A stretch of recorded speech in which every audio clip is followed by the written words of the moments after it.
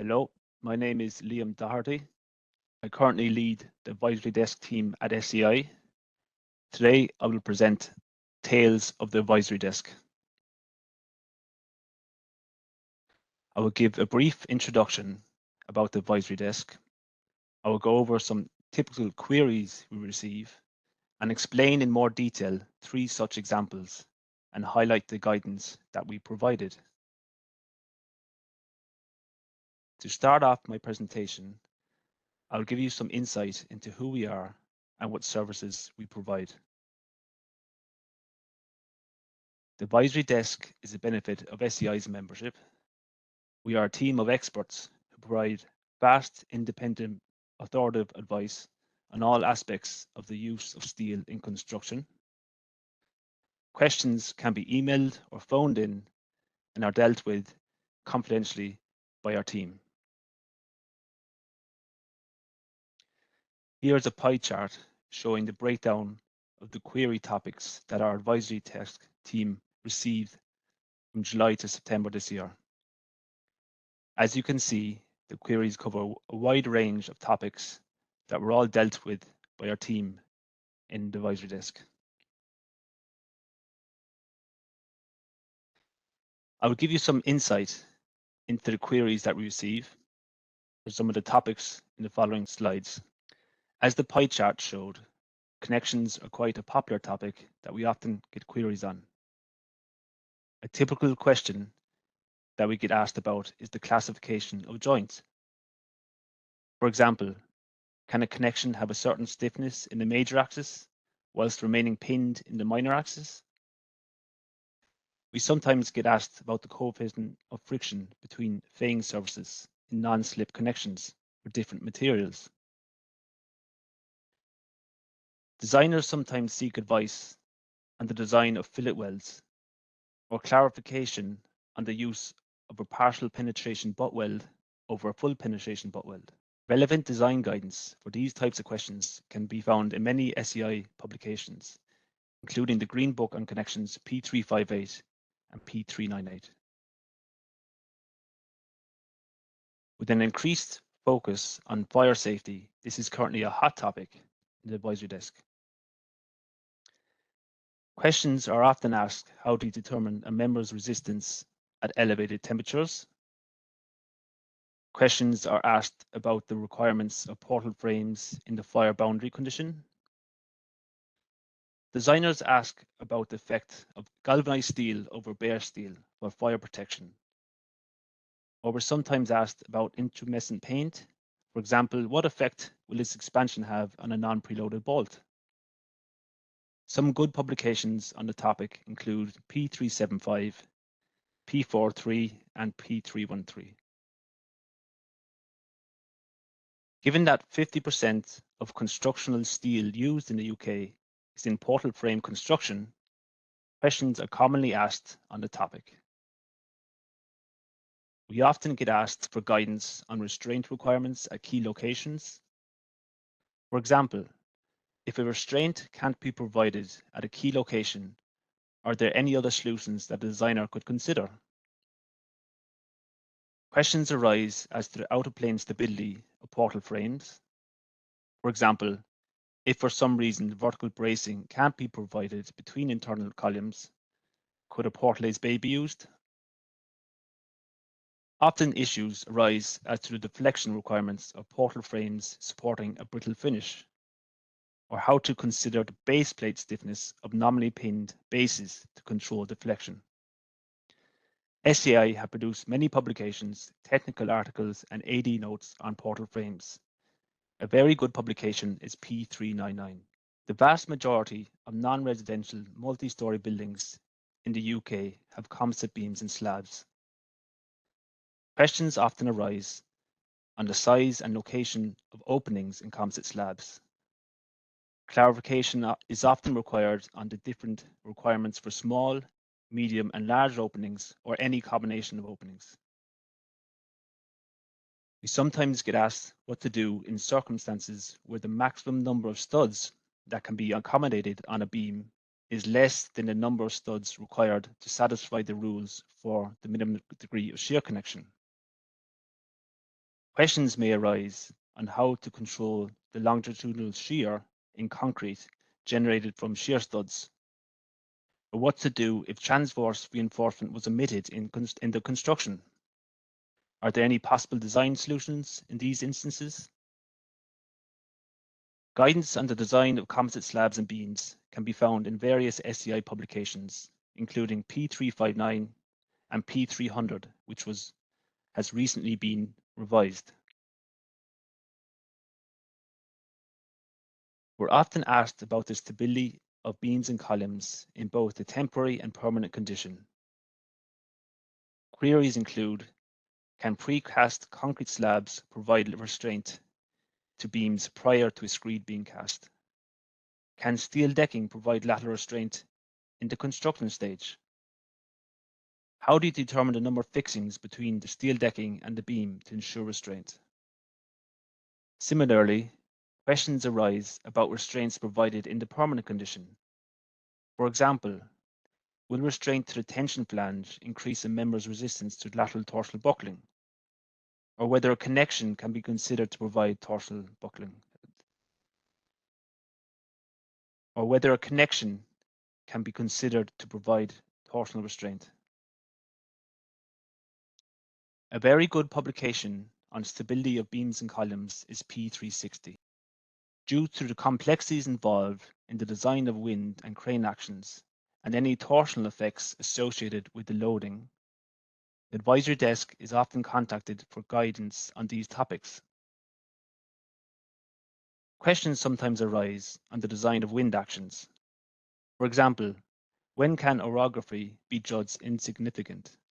Or how to determine the wind load on different structures such as multi-span portal frame buildings. Design of crane loads on structures is complex. We may be asked for guidance on the fatigue design of structures from crane actions, where we highlight the potential issues such as low fatigue strength for certain type of connections. Another complex topic is torsion. Such queries include how to design open sections for torsion, how to design a section for combined bending and torsion, what eccentricity to assume when precast hollow core slabs are placed on one side of a steel beam in the temporary condition. We just heard about some of the typical queries that we receive. I will now present 3 detailed examples and explain the guidance that we developed. Each example will outline the subject and the related queries, describe the structural mechanics involved, and conclude on the guidance provided. The first example that I'll start with is non-composite slabs with in-plane loading. Where no horizontal bracing is provided, composite slabs with steel decking are often used to act as diaphragms to transfer in-plane loads to perimeter edge beams that are connected to the vertical stability system. Questions addressed to SCI's advisory desk show that some designers were unclear about the provision of shear studs on edge beams designed to be non-composite, but where studs were nevertheless added to transfer in-plane loads from the composite slab to the perimeter edge beams. Typical questions included what resistance to use for the shear studs with in-plane loading, how to determine the number of studs required, and whether the minimum degree of shear connection rules were required to be adhered to. We looked into the subject, which of course started with an examination of the structural mechanics.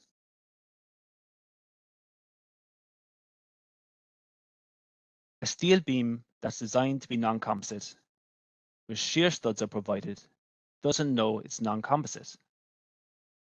The shear studs have a stiffness and cannot avoid attracting force as the concrete slips over the top of the steel downstand beam. So some composite action is going to be developed. The minimum degree of shear connection rules for composite beams are in place to limit the slip at the steel concrete interface. There are limiting values for reentrant and trapezoidal steel decking, and one could imagine that failure to meet these limits would result in the studs unzipping as the end slip exceeded their slip capacity as load was increased. However, tests have shown that shear studs have sufficient ductility to accommodate significantly greater slip, which means that the minimum degree of shear connection rules do not need to be adhered to for non-composite edge beams. In addition to this, the maximum slip in a shear stud for a beam designed as non-composite will be significantly smaller than for a composite beam designed for the same load.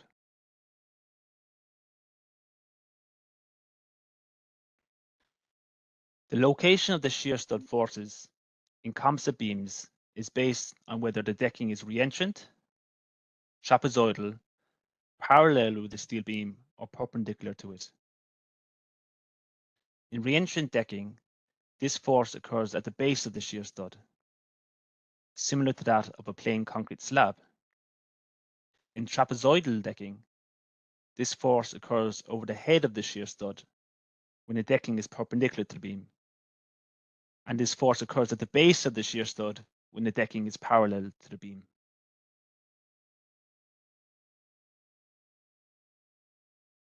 By considering that shear studs are ductile, the beam is non-composite, and identifying the location of the force, we developed guidance for the resistance of the studs and whether there is a need to consider interaction of the different forces on the stud.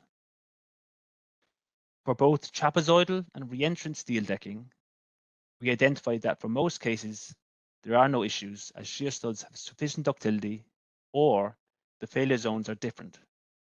One failure zone occurs over the head of the shear stud and the other occurs at the base of the shear stud. However, for reentrant steel decking, in cases where the force due to slip between the slab and the steel beam and the force due to diaphragm action are acting in orthogonal directions, both failure zones occur at the base of the shear stud, and the interactions should be considered. To account for the potential interaction, the number of shear studs required in this case should be increased by √2.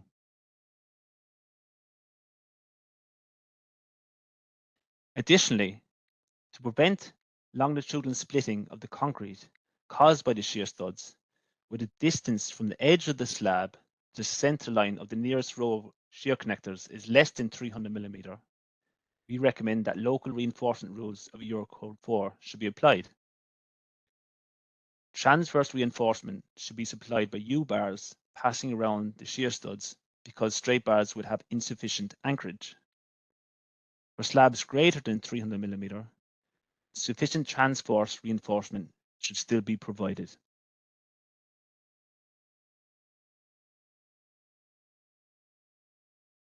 The next example that we will look at in a bit more detail is brittle fracture and the selection of steel subgrade. All materials contain some imperfections. In steel, these imperfections take the form of very small cracks. The steel is insufficiently tough. The crack may propagate rapidly without plastic deformation and result in brittle fracture. At the advisory desk, we often received queries from SCI members about the selection of steel subgrade and the application of the relevant documents. The guidance for the selection of steel subgrade in Eurocodes includes structures where fatigue is a design consideration, noting that the limiting thicknesses may be conservative for structures where fatigue is not a significant design consideration. In some queries, the steelwork was not subject to fatigue and located in an extremely cold environment. The limiting thicknesses of steelwork in this instance fell outside the limits specified in the Eurocode tables. In an effort to reduce the declared conservatism for structures where fatigue is not a design consideration, SCI publication P419 was developed. The publication is based on fracture mechanics, which are used to develop Part 10 of Eurocode 3, but modifies the contribution from fatigue.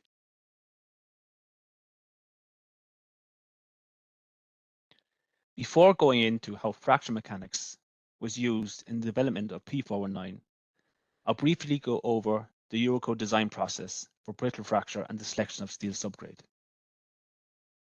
Design rules on the selection of steel subgrade are in Part 10 of Eurocode 3.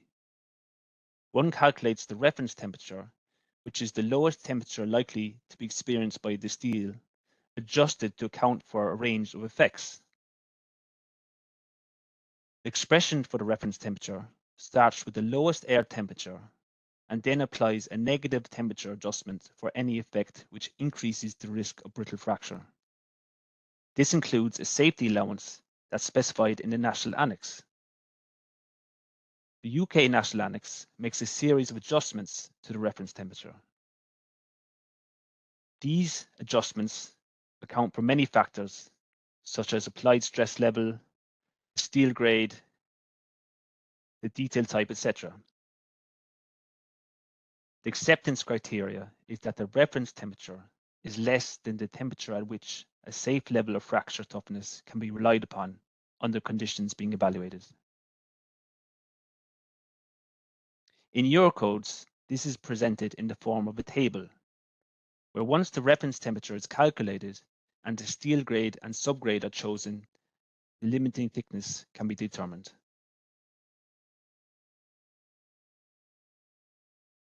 Now that we've covered the basics of the Eurocode design process, I'll briefly go into the fracture mechanics that were used to develop P419.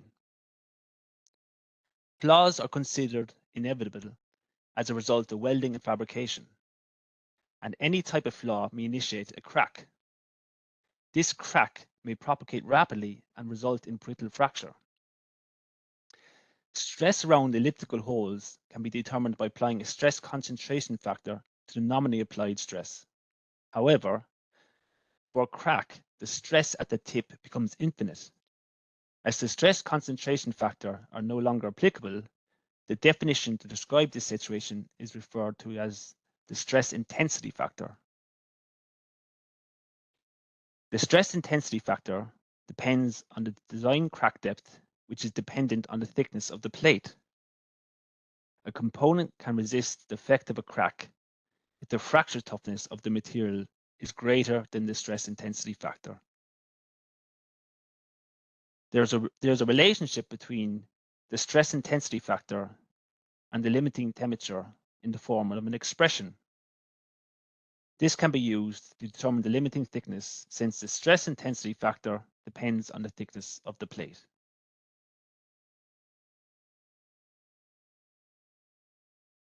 In the development of Part 10 of Eurocode 3, it was assumed that initial crack grows under 500,000 cycles of stress to a design crack depth. P419 assumes that initial crack grows up to 20,000 cycles of stress to a design crack depth.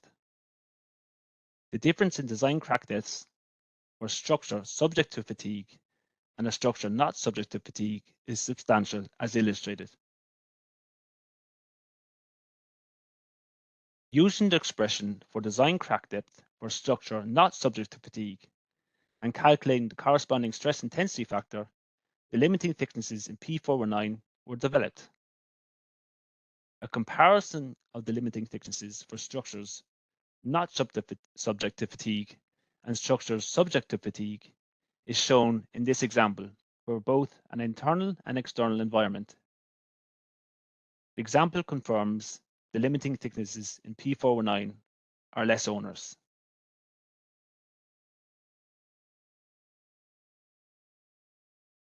The final example that we will look at is heavy concentrated loads on composite slabs. Composite slabs are often used in storage buildings, where mobile, elevating, work platforms and forklift trucks are in frequent use. The slab must then be capable of supporting concentrated loads. The question sometimes arises as how to design a composite slab for heavy point loads.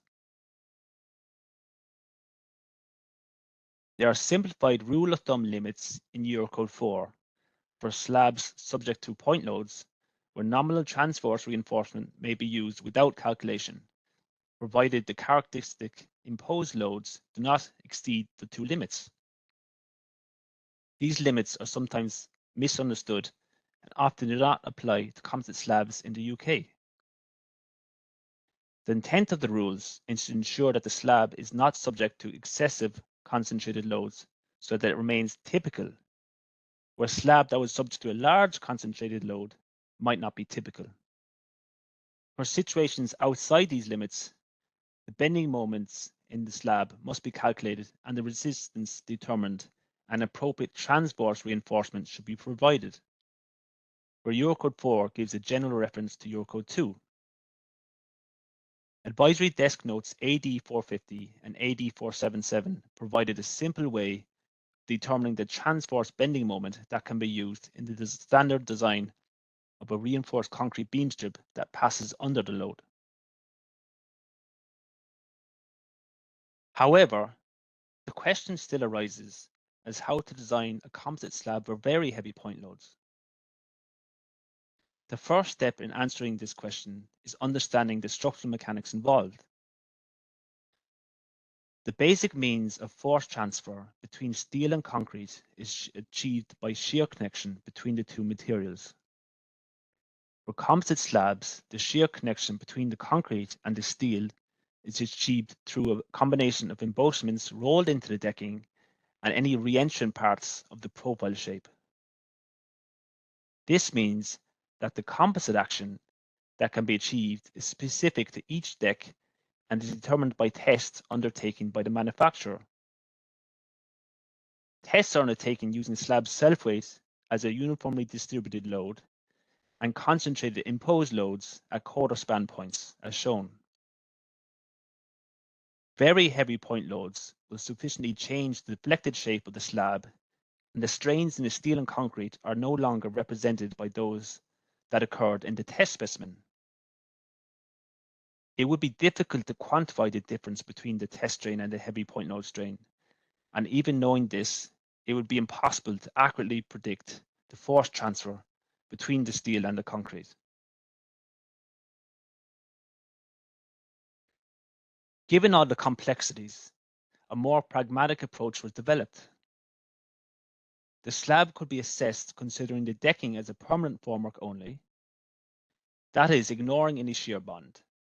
This would give a good indication of the reliance on the decking, noting that the majority of the composite slab designs are governed by the construction stage, so reduced composite resistance may not affect the spanning ability. Alternatively, trimming steel could be provided below the slab if its resistance alone is insufficient. Noteworthy points of good practice include significant concentrated loads should be placed over or adjacent to supporting beams whenever possible to avoid loading slab and bending. To maximize the slab strip that carries the load, use a large stiff bearing area.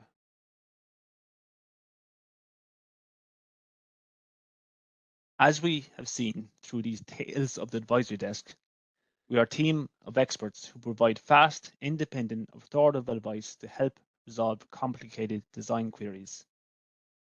And with the commercial application of our knowledge can help build businesses and provide a competitive advantage in the steel construction industry.